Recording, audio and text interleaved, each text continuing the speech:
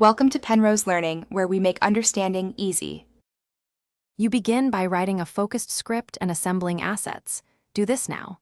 Once done, pick a TTS engine and voice that match your tone, and set output to WAV or high bitrate MP3 at 48K HC.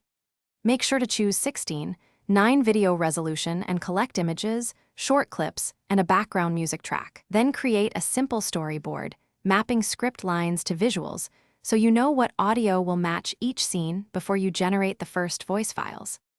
Now generate audio for each script segment and export clearly labeled files. Once done, fine-tune prosody and timing. Use speed, pauses, and SSML or phoneme edits so phrases sound natural. Make sure to normalize levels and edit breaths or clicks.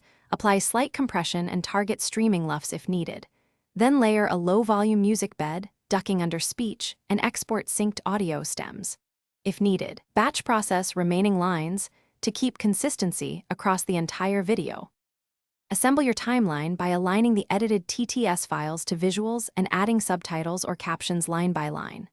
Once done, check transitions and add cues or graphics to reinforce key points. Make sure music and effects are balanced.